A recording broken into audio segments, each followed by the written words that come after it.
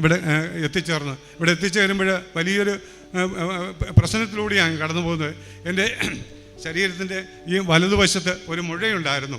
അതുപോലെ എൻ്റെ ചെവിയിൽ ഒരു മാംസ കഷ്ണം, എനിക്ക് ചെവി പൂർണ്ണമായിട്ട് അസ്വസ്ഥയായിരുന്നു. ഈ മുഴ ഞാൻ വീട്ടിൽ ആരോടും പറഞ്ഞില്ല, ഹോസ്പിറ്റലിൽ പോയില്ല. കാരണം ഇത്രയും പ്രതിസന്ധിയുടെ മധ്യത്തിൽ എൻ്റെ രോഗം കൂടെ അറിഞ്ഞു കഴിയുമ്പോൾ വീണ്ടും താർന്നു പോകുന്ന കണക്കിൻ്റെ പുറത്ത് ഞാനത് രഹസ്യമായി സൂക്ഷിച്ചു. പക്ഷേ ഇവിടെ വന്നപ്പോൾ എനിക്ക് ആക്സിഡൻറ്റ് കഴിഞ്ഞ് ഞാൻ ഇവിടെ വന്നപ്പോൾ എനിക്ക് ചൊവ്വ നേരം ഇരിക്കത്തില്ല, ഒരു വിധത്തിലാണ് ഞാൻ ഇവിടെ നിന്നത്. അപ്പോഴാ 30-ാം തീയതി പ്രാർത്ഥനയിൽ അച്ഛൻ രോഗശാന്തിയുടെ പ്രാർത്ഥനയുടെ സമയത്ത് അച്ഛൻ പറയുന്നുണ്ടായിരുന്നു, എൻ്റെ ചെവി കൊണ്ട് കേട്ടതാണ്, ഞാൻ എൻ്റെ ഹൃദയത്തെ സ്പർശിച്ചതാണ്. അച്ഛൻ പറഞ്ഞു, വലത് ആര്യലിനോട് ചേർന്ന് മുഴ കർത്താവ് സൗഖ്യപ്പെടുത്തുന്നു, ഒരു മാംസകഷ്ണം ചെവിയിൽ നിന്നും വലത് ചെവിയിൽ നിന്നും എടുത്തു മാറ്റുന്നു എന്ന് അച്ഛൻ പ്രാർത്ഥിക്കുന്നത് എൻ്റെ ചെവി കൊണ്ട് ഞാൻ കേട്ടു. പക്ഷേ ഞാൻ അത് അത്ര കാര്യമാക്കില്ല. പക്ഷേ ഉടമ്പടി എടുത്തപ്പോൾ ഞാനിവിടെ മാതാവിൻ്റെ അടുത്ത് വന്നപ്പോഴാണ് എനിക്ക് കൃപാസനത്തിൽ ഈ മാതാവ് മാത്രമല്ല ഈശോയുടെ സാന്നിധ്യമുണ്ടെന്ന് എനിക്ക് വെളിപ്പെട്ടിയത്. Praise the Lord. എൻ്റെ പേര് ജെയിംസ്. ഞാൻ കട്ടപ്പനയ്ക്കടുത്ത് ചപ്പാത്ത് സെൻറ്റ് ആൻ്റണീസ് ഇടവക അംഗമാണ്. ഞാൻ 2019 ഡിസംബർ 30-ാം തീയതിയാണ് കൃപാസനത്തിൽ വന്ന് ഉടമ്പടി എടുക്കുന്നത്. ഉടമ്പടി എടുക്കാനുണ്ടായ കാരണം, അതിനു മുമ്പ് എൻ്റെ സാക്ഷ്യം ഒന്ന് ഞാൻ ഇവിടെ രേഖപ്പെടുത്തുകയാണ്. ഞാൻ ഒരു കോൺട്രാക്ടർ വർക്കാണ്, അതായത് വീടുകൾ പണിത് കൊടുക്കുന്ന ജോലിയാണ്. ഏതാണ്ട് 10-45 ജോലിക്കാർ എനിക്കുണ്ടായിരുന്നു. ഏതാണ്ട് ഒരു 3 വർഷമായിട്ട് ഞാൻ വളരെ സാമ്പത്തികമായി വലിയ പ്രതിസന്ധിയിലായിരുന്നു.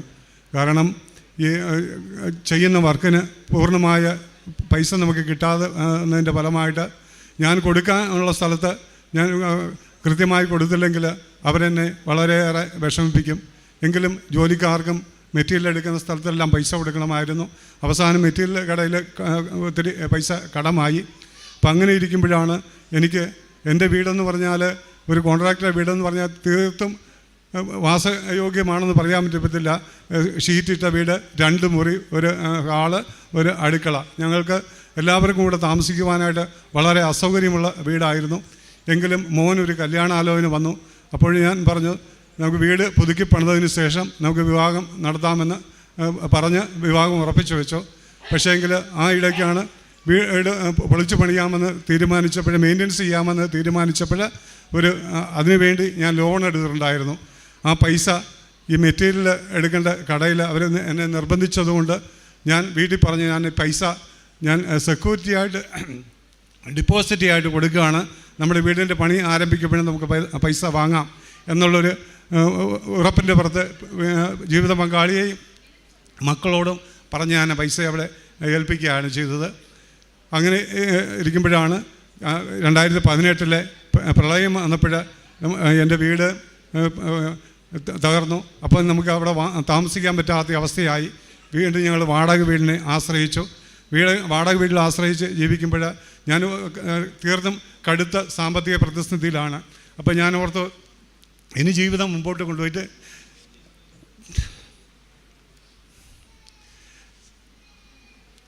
കാര്യമില്ല. അതുകൊണ്ട് ഞാൻ ഒരു തീരുമാനത്തിലെത്തിയപ്പോൾ എൻ്റെ ദൈവം അതിനെ അനുവദിച്ചില്ല. ആ തീരുമാനത്തിന് 2 ആഴ്ച കഴിഞ്ഞപ്പം അതേ സ്പോട്ടിൽ വെച്ച് എനിക്കൊരു ആക്സിഡൻ്റ് ഉണ്ടായി. ആ ആക്സിഡൻ്റ് ഉണ്ടായപ്പോഴാണ് ഞാൻ അറിഞ്ഞത് ദൈവം എന്നെ എത്രത്തോളം സ്നേഹിക്കുന്നുവെന്ന്. കാരണം ബസ് കയറി ഇറങ്ങി പോകേണ്ട ഒരു സാഹചര്യത്തിലായിരുന്നു. ബൈക്ക് ആക്സിഡൻ്റ് ആയിരുന്നു. ഒരു കാർ വന്ന് ഇടിച്ച് ഞാൻ റോഡ് വീഴുന്നു, ബസ് വന്ന് പിന്നെ അവിടെ ചവിട്ടി നിർത്തുന്നു. എനിക്ക് ഒരു പോറലുമില്ല, പക്ഷേ എയർ ടൈറ്റായിട്ട് എനിക്ക് ശ്വാസം വിടത്തില്ല, പറ്റാത്ത അവസ്ഥയായി. നടുവിൻ്റെ വേദന 2018 ഉണ്ടായ ഈ ഒരു ആക്സിഡൻറ്റും കൂടെ ആയപ്പോൾ ഞാൻ ജീവിതത്തിൽ ആകെ തകർന്നു. അപ്പോൾ എൻ്റെ മനസ്സിലൊരു പ്രതീക്ഷയുണ്ടായിരുന്നു, ദൈവം എന്നെ കരുതുന്നുണ്ട് എന്ന് കരുതി. അങ്ങനെ ഞാൻ അണക്കരയിൽ കൗൺസിലിങ്ങിന് ചെന്നു. അവിടെ ചെന്നപ്പോഴാണ് എൻ്റെ അവസ്ഥയെക്കുറിച്ച് എനിക്ക് മനസ്സിലാകുന്നത്. ഇപ്പോൾ കൃപാസനത്തിലേക്ക് എൻ്റെ സൈറ്റ് സൂപ്പർവൈസർ കൃപാസനത്തിൽ വന്ന് പ്രാർത്ഥനയ്ക്ക് വന്ന് പങ്കെടുക്കുന്നുണ്ട്. പക്ഷെ അവർ വന്ന് പോകുമ്പോൾ പലരും ഇവിടെ വരുന്നുണ്ട്. അപ്പോഴേ കൃപാസനത്തെക്കുറിച്ച് ഞാൻ കേട്ടറിഞ്ഞപ്പോഴും എനിക്ക് കൃപാസനത്തെക്കുറിച്ച് വലിയൊരു പുച്ഛമായിരുന്നു. കാരണം എൻ്റെ മനസ്സിൽ കരുതിയത്, അന്ന് നമ്മൾ തെറ്റായ അഭിപ്രായങ്ങൾ പലരിൽ നിന്നും കേട്ടു. ചാനലിലൂടെ കേട്ടു. അതിൻ്റെ വെളിച്ചത്തിൽ കൃപാസനത്തിലേക്ക് വരാനായിട്ട് എനിക്ക് സാധിച്ചില്ല.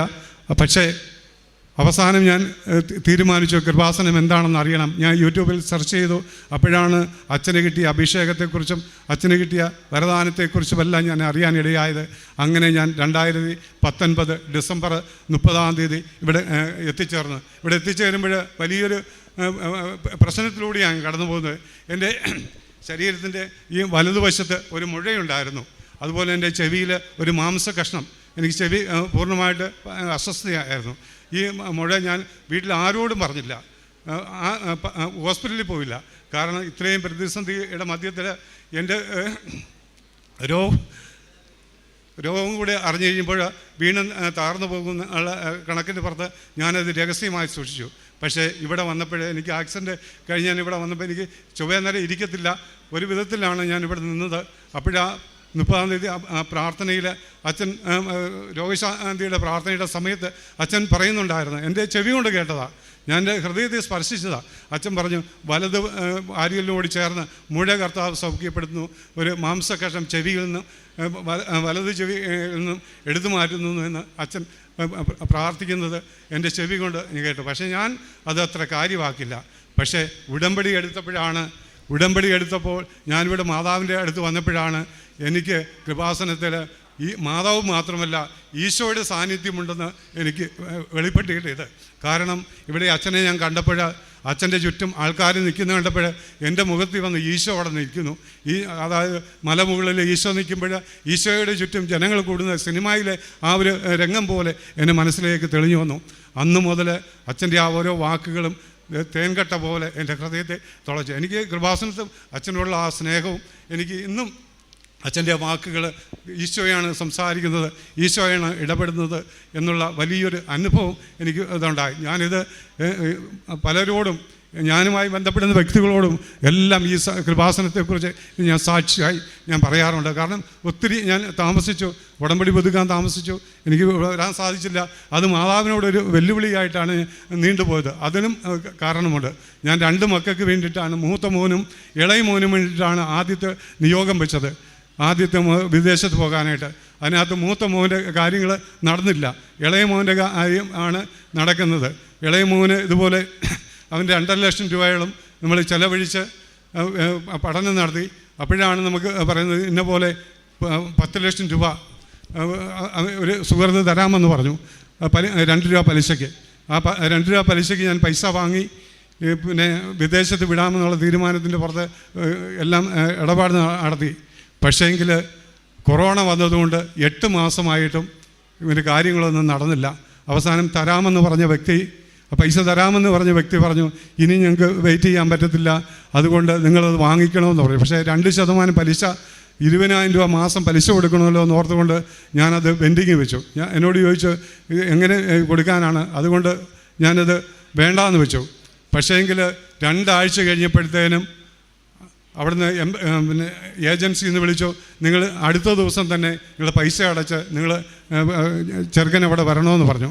അപ്പോൾ എനിക്ക് വേറെ ഒന്നും പറയാനില്ല. ഞാൻ മാതാവിനോട് നിലവിളിച്ചു, ഉടമ്പടി പത്രികയിൽ കണ്ണുനീരൊഴുക്കി ദേവാലയത്തിൽ ചെന്ന് പ്രാർത്ഥിച്ചു. അപ്പോഴാണ് പിറ്റേ ദിവസം മോള് വിളിക്കുകയാണ്. മോള് വിളിച്ചിട്ട് പറഞ്ഞു, പപ്പ വിഷമിക്കേണ്ട, എൻ്റെ ഒരു സുഹൃത്ത് 10 ലക്ഷം രൂപ തരാമെന്ന് പറഞ്ഞിട്ടുണ്ട്, അതായത് ഇപ്പോൾ പലിശയോ ഒന്നും കൊടുക്കണ്ട, ചെന്നിട്ട് ജോലി ചെയ്ത് പൈസ കൊടുത്താൽ മതി എന്ന് പറയും. അത് മാതാവിൻ്റെ വലിയൊരു അനുഗ്രഹമായിരുന്നു. കാരണം 2 ആഴ്ചയ്ക്ക് ശേഷം ഞാനത് വാങ്ങിയിരുന്നെങ്കിൽ പലിശ കൊടുക്കേണ്ടി വന്നതിന്. ഇത് പലിശ ഇല്ലാതെ എൻ്റെ ഒരു സുഹൃത്ത് നമുക്ക് ഇത്രയും പൈസ തന്ന് സഹായിച്ചു. അങ്ങനെ മോന് വിദേശത്ത് പോകാൻ സാധിച്ചു.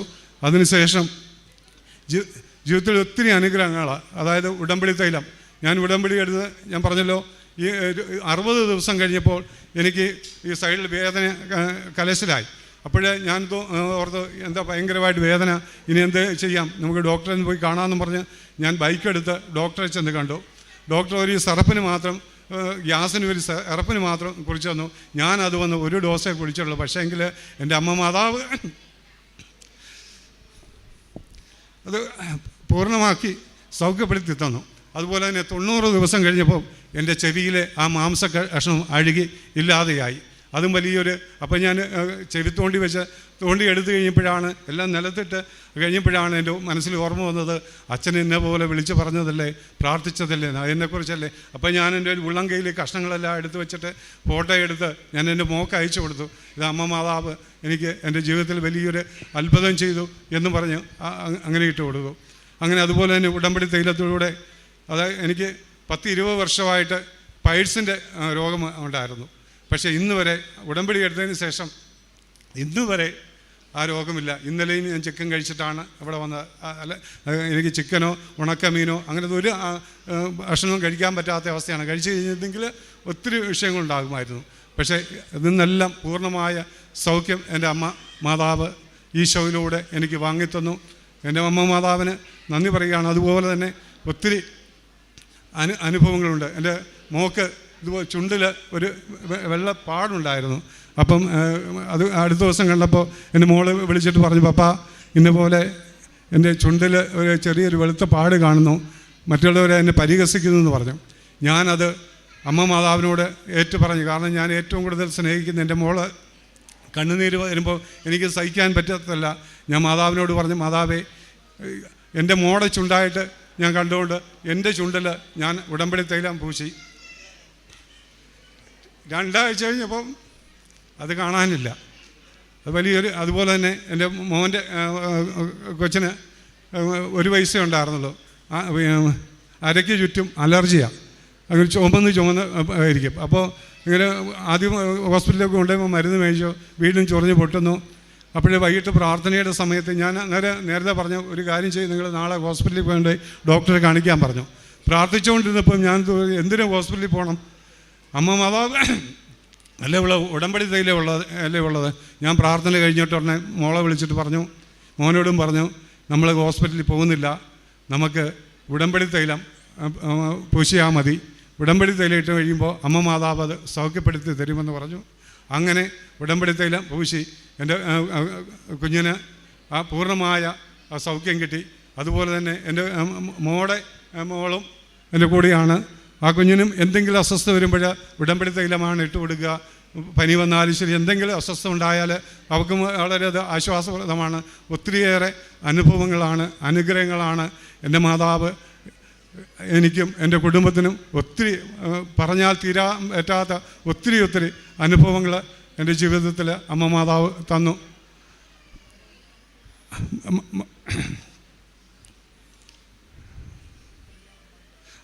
മോൻ്റെ കല്യാണം അത് വലിയൊരു മിറക്കാണെന്ന് വേണം എനിക്ക് പറയാനായിട്ട്. ഇളയ മോനാണ്, വിദേശത്താണ്, അവന് 29 വയസ്സായി.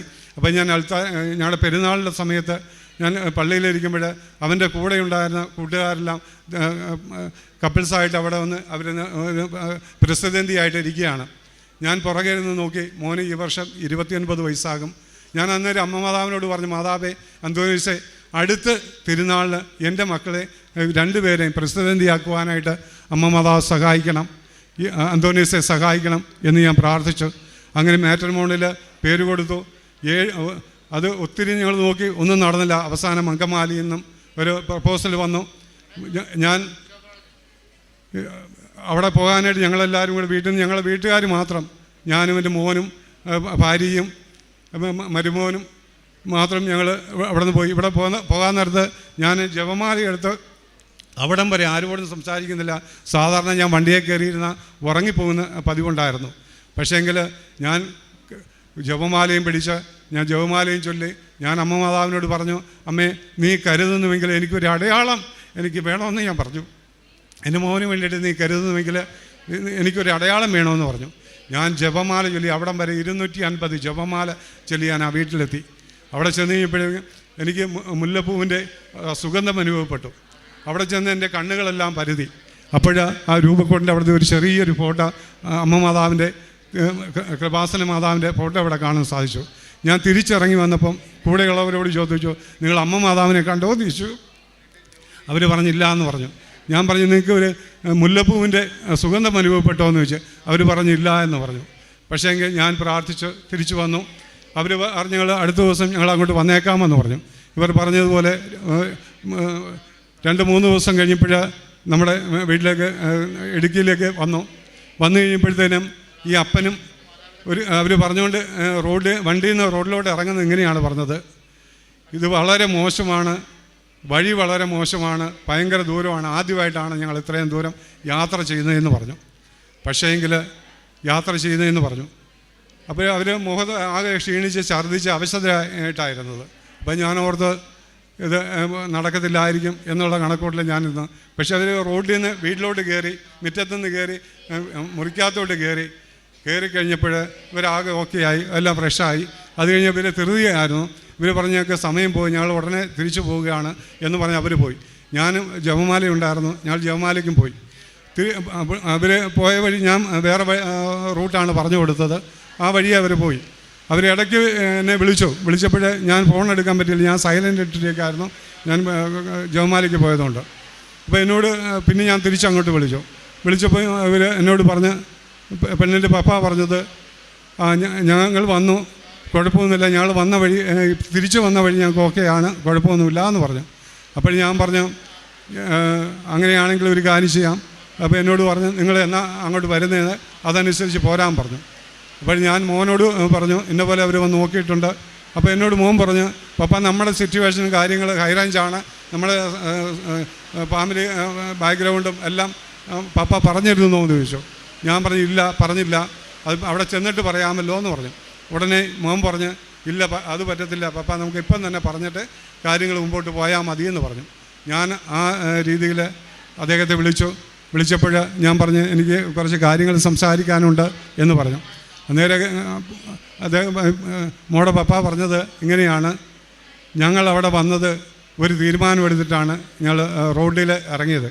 ഞാൻ വണ്ടിയിൽ നിന്ന് ഇറങ്ങിയപ്പം കൂടെ വന്നവരോട് ഞാൻ ഇങ്ങനെ ഒരു ഡയലോഗ് പറഞ്ഞായിരുന്നു: ഇത് ലാസ്റ്റ് വരവാണ്, ഇനിയൊരു വരവ് ഇവിടെ ഉണ്ടാകത്തില്ല. അപ്പം ഞങ്ങൾ റോഡിൽ വെച്ച് തീരുമാനമെടുത്തതാണ് ഇത് വേണ്ടാന്ന്. പക്ഷേ എങ്കിൽ ഞങ്ങൾ വീട്ടിലേക്ക് കാലെടുത്ത് വെച്ചപ്പോൾ ഞങ്ങളുടെ 8 പേരുടെയും മനസ്സ് ഒരുപോലെ മാറി. ഇത് എൻ്റെ മോൾക്ക് പറ്റിയ ഒരു അനുയോജ്യമായൊരു ബന്ധമാണ് എന്ന്. അത് പറയാനുള്ള കാരണം, ഞാൻ ആ വീട് പണി നടത്തിയപ്പോൾ വളരെ തീക്ഷ്ണമായി ഇവിടെ കൊറോണയുടെ സമയത്ത് വീട്ടിലെ അൾത്താര എന്നുള്ള തിയറി വെച്ച് ഞാൻ പ്രാർത്ഥിക്കുമായിരുന്നു. അങ്ങനെ വീട് പണിത് വന്നപ്പോൾ ശരിക്കും ഒരു അൾത്താരയായിട്ട് മാറി. എൻ്റെ പ്രാർത്ഥനാമുറി കയറുന്ന ഭാഗം അൾത്താരയും പ്രവേശിത രൂപവും എല്ലാം കണ്ടു കഴിഞ്ഞാൽ ഒരു അൾത്താര പോലെ തന്നെ ദൈവികമായ വലിയൊരു ചൈതന്യം നിലനിൽക്കുന്ന കൃപാസന മാതാവിൻ്റെ വലിയൊരു ഫോട്ടോ, ആ വലിയൊരു സാന്നിധ്യം ആരെയും സന്തോഷിപ്പിക്കുന്ന ഒരു അനുഭവമായിരുന്നു. പക്ഷേ അവർക്ക് അവിടെ കയറിയപ്പോഴവർ പറഞ്ഞതാണ്, ഞങ്ങളൊരു കയറി വന്നത് ഒരു വീട്ടിലേക്കല്ല. ഞാൻ എൻ്റെ മോളോട് പറഞ്ഞത് ഇങ്ങനെയാണ്: എടീ, നിന്നെ ഞാൻ വിടുന്നത് ഒരു വീട്ടിലേക്കല്ല, ഒരു ദേവാലയത്തിലേക്കാണ് നിന്നെ ഞാൻ വിടുന്നത്. അതുകൊണ്ട് എന്നോട് പറഞ്ഞ്, ഞങ്ങൾക്ക് ഇനി ഒന്നും ആലോചിക്കാനില്ല, നിങ്ങൾ അങ്ങോട്ട് വന്നാൽ മതി. അതുപോലെ തന്നെ കല്യാണത്തിനാണ് അവർ എന്നോട് പറഞ്ഞ്, ഇനി ഞാൻ കല്യാണത്തിന് മാത്രമേ ഇങ്ങോട്ട് വരുള്ളൂ, കല്യാണത്തിനേ ഞങ്ങൾ ഇനി അങ്ങോട്ട് വരുന്നുള്ളൂ. അങ്ങനെ ഞങ്ങൾ അങ്ങോട്ട് പോയി വാക്ക് ഉറപ്പിച്ചെങ്കിലും അവർ കല്യാണത്തിനാണ് പെണ്ണിയായിട്ട് നമ്മുടെ ഇടവക പള്ളിയിൽ വന്ന് കല്യാണം നടത്തിയത്. അത് തീർച്ചയായിട്ടും മാതാവിൻ്റെ വലിയൊരു അഭിഷേകം, അനുഗ്രഹമാണ് വിവാഹം. അതുപോലെ തന്നെ ആ തിരുനാളിന് പ്രസിദ്ധേന്തിയായിട്ട് അവരെ 2 പേരെയും ഈ കഴിഞ്ഞ തിരുനാളിന് നിർത്തേണ്ടി വന്നു. അപ്പോൾ അതെല്ലാം അമ്മ മാതാവ് എനിക്കും എൻ്റെ കുടുംബത്തിനും ഞാനുമായി ബന്ധപ്പെടുന്ന വ്യക്തികളിലുമെല്ലാം ഒത്തിരിയേറെ അനുഗ്രഹങ്ങൾ വർഷിക്കുന്നുണ്ട്. ഒത്തിരി പേരോട് എനിക്ക് ക്ഷമിക്കാൻ പറ്റാത്ത അവസ്ഥയിലായിരുന്നു. ഈ സാമ്പത്തികമായി ഒത്തിരിയേറെ പൈസ എനിക്ക് കിട്ടാൻ്റെ വിളിച്ച് ക്ഷമിക്കാൻ പറ്റാത്ത അവസ്ഥയിലായിരുന്നു. അവരോടെല്ലാം ക്ഷമിക്കാനുള്ള ഒരു കൃപ കിട്ടിയതുകൊണ്ടാണ് അമ്മ മാതാവ് എന്നെ എത്രത്തോളം അനുഗ്രഹിച്ചതിന് അമ്മ മാതാവിനും ഈശോയ്ക്കും തിരുകുമാരനും ദൈവപിതാവിനും കോടാനുകോടി നന്ദി രേഖപ്പെടുത്തിക്കൊണ്ടുവന്നു. ആമേൻ.